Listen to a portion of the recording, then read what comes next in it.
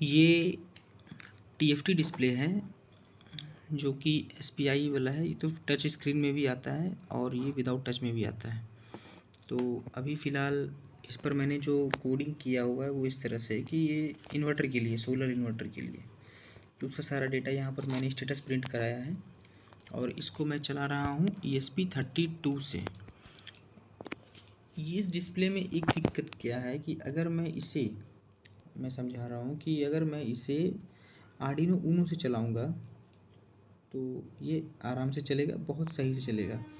लेकिन अगर मैं आर्डिनो ऊनो पर सारा सेटअप करने के बाद अगर कस्टम PCB बनाऊँगा एटमेगा 328P कंट्रोलर यूज़ करके, जो कि आर्डिनो ऊनो में यूज़ होता है, और अगर उसे लेकर के मैं जो बूट लोडर है वो आर्डिनो IDE से, जैसे कि ये आर्डिनो IDE सॉफ्टवेयर है, आर्डिनो IDE से आर्डिनो ऊनो सेलेक्ट करके, एग्जांपल के लिए मैं जैसे यहाँ दिखा रहा हूँ, ये जो बूट लोडर है, यहाँ से अगर उस कंट्रोलर में मैं बूट लोड बर्न करूँगा तो दिक्कत क्या होता है कि आर्डिनो IDE के बूट लोडर में कुछ लिमिटेशंस है। उस कारण से जो ये कस्टम PCB में जो ये डिस्प्ले है ये वाइट स्क्रीन आउट करता है और ये सही से चलता नहीं है, जिस कारण से मैंने उसे स्किप ही कर दिया, क्योंकि मैंने पहले प्रोजेक्ट बनाया था उस पर।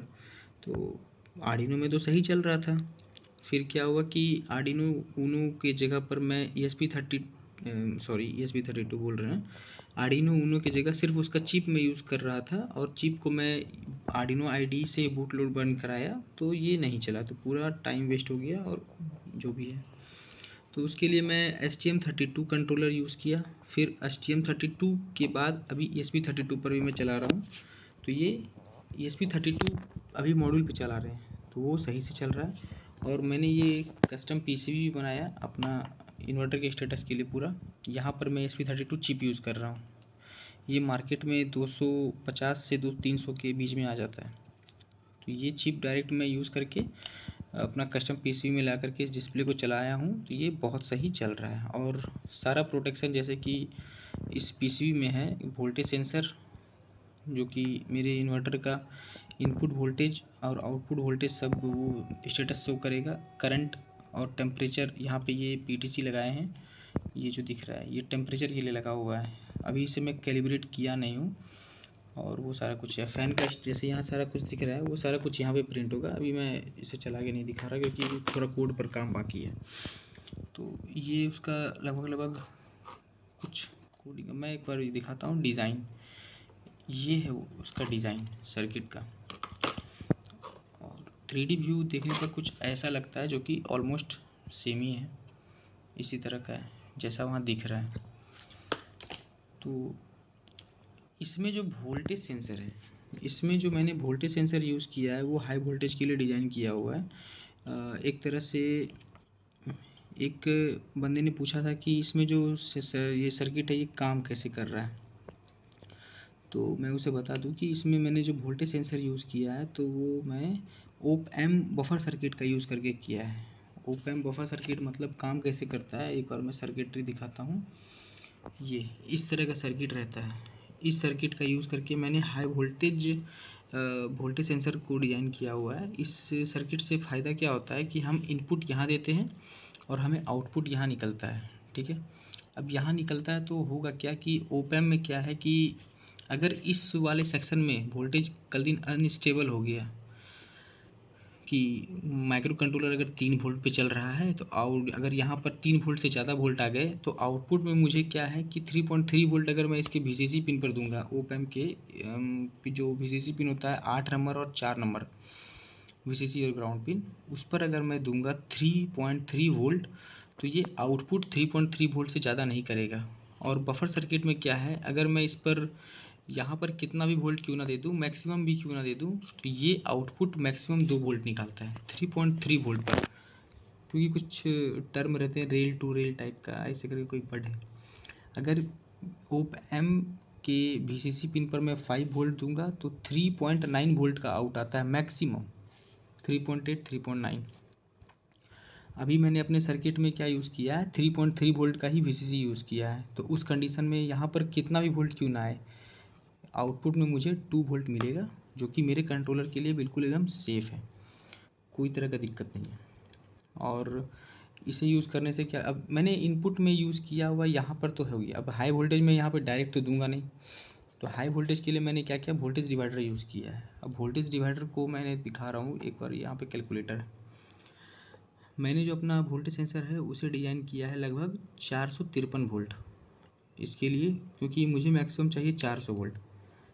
ठीक है, 400 वोल्ट मुझे मैक्सिमम चाहिए, तो मैंने 453 वोल्ट के लिए पूरा सेंसर को डिज़ाइन किया हुआ है, जिसमें मैं वोल्टेज डिवाइडर का जो मेरा ये कैलकुलेशन है वो ये है 1.33 और मैक्सिमम आउटपुट 2 वोल्ट ही देता है 3.3 वोल्ट देने पर। तो जब मेरा आउटपुट जो यहाँ पे है, जब यहाँ पर आउटपुट 2 वोल्ट आएगा, तब मेरा जो इनपुट है वो वोल्टेज डिवाइडर के थ्रू 453 होगा। मतलब जब हाई वोल्टेज 453 आएगा और उस वोल्टेज को मैं रीड कर रहा हूँगा, तो एनालॉग चैनल जो है ESP32 का, वहाँ पर मैक्स 2 वोल्ट जाएगा। तो एक बार मैं दिखाता हूँ, तो मुझे चाहिए कितना, 400 वोल्ट चाहिए। तो यहाँ पर जो ये एनालॉग पिन है ESP32 का, वहाँ पर जो वोल्टेज आएगा वो मैक्सिमम इस वोल्टेज डिवाइडर के कॉन्फ़िगरेशन से 1.76 आएगा, जो कि मेरे रेंज के अंदर है, 2 वोल्ट के अंदर है।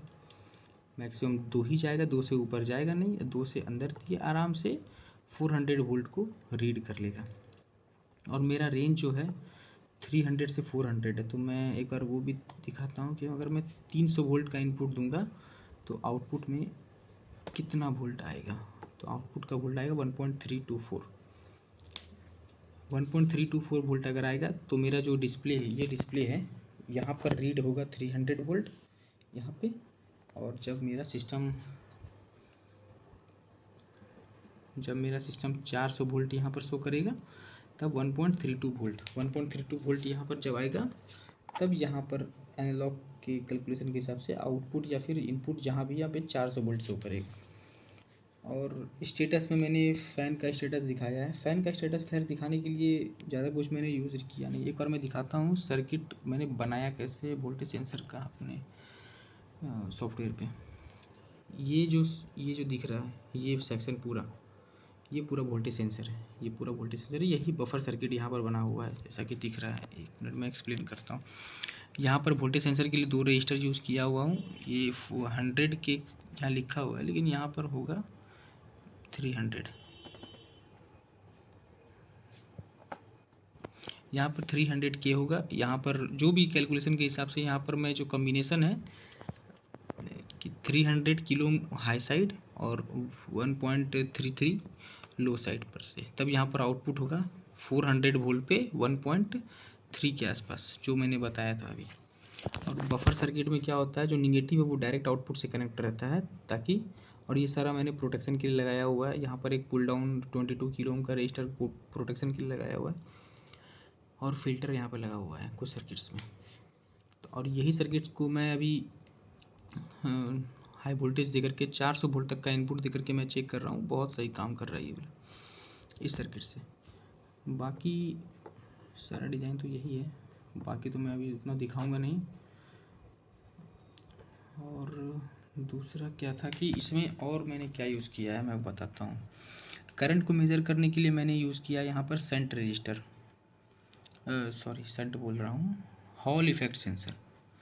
हॉल इफ़ेक्ट सेंसर बहुत ही अच्छा तरीके से काम करता है। अभी तो फ़िलहाल मैंने जो टेस्टिंग किया है वो एक ये आता है, 1 मिनट में वो बता रहा हूँ।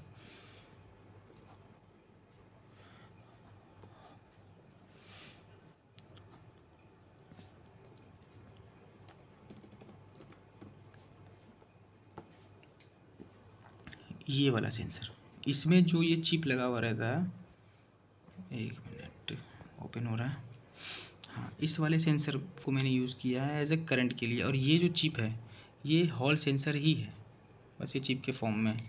तो ये भी मेरा लीनियर आउटपुट देता है। और एक इसके जगह पर मैंने एक हॉल सेंसर यूज़ करके अपना खुद का हॉल इफेक्ट सेंसर का यूज़ करके मैंने करंट सेंसर बनाया था। वो है 49E हॉल सेंसर।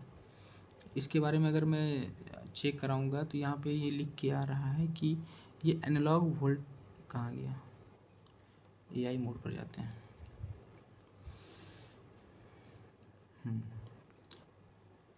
यहाँ पे लिखा हुआ आ रहा है ये लीनियर हॉल इफेक्ट सेंसर है और ये एनालॉग पे काम करता है। एनालॉग आउटपुट है इसका और ये लीनियर काम करता है। मतलब क्या है कि लीनियर का मतलब हो गया कि अगर 2 का वैल्यू 2 बराबर अगर 10 है तो 4 बराबर 20 होगा, 8 बराबर उसके मल्टीप्लिकेशन में जो होगा एकदम एक्यूरेट होगा। ऐसा नहीं कि 2 10 और 4 फिर 15, वो इन लीनियर हो गया।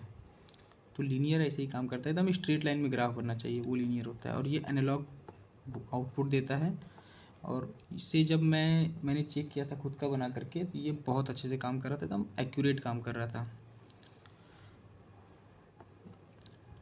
तो इस सर्किट का यूज़ करके मैंने बनाया था इसमें, इस वाले में जो डिज़ाइन किया हुआ है, इस एक ओप एम्प से मैंने 2 वोल्टेज सेंसर डिज़ाइन किया हुआ है और हॉल इफेक्ट सेंसर का यूज़ करके मैंने करंट को मेज़र किया। यहाँ पर ये NTC यूज़ किया हुआ है टेम्परेचर के लिए, जो कि हीट सिंक का टेम्परेचर बताएगा। और इसमें एक बजर लगा हुआ है और एक जो मेन रिले को ऑन ऑफ करने के लिए वो लगा हुआ है। और सारा कुछ कंट्रोल हो रहा है ये ESP32 से। और इसे मैं एक एप्लीकेशन अपना खुद का बना करके उसे लगाऊंगा तो ये पूरा सिस्टम आपके एप्लीकेशन के थ्रू मोबाइल पर भी सारा कुछ स्टेटस होगा और वहाँ से भी हम सारा कुछ कंट्रोल कर सकते हैं। तो ये मॉड्यूल में कुछ दिन में ये आपकी कंप्लीट हो जाएगा, 1-2 दिन में कंप्लीट हो जाएगा। तो मैं फिर उसका वीडियो बना करके कर दिखाऊंगा कि ये काम कैसे करता है। यही डिस्प्ले कुछ इसी तरह से दिखाई देगा जैसा यहाँ दिखाई दे रहा है। और सारा voltage sensor, current sensor, temperature sensor, status, वो सारा कुछ रियल टाइम दिखाएगा। अभी तो ये डमी डेटा है, तो ऐसा कुछ। तो ये जो PCB डिज़ाइन है, ये PCB डिज़ाइन भी मैं खुद से ही फ़िलहाल तो कर लेता हूँ।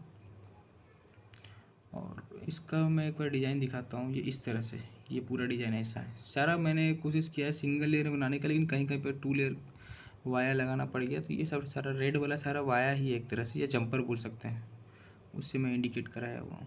तो फ़िलहाल तो ये बहुत सही काम कर रहा है। तो आगे मैं बताऊँगा जब ये कंप्लीट हो जाएगा तो अपने इन्वर्टर में लगा करके भी दिखाऊँगा कि ये काम कैसे कर रहा है। डिस्प्ले तो बहुत सही काम करेगा।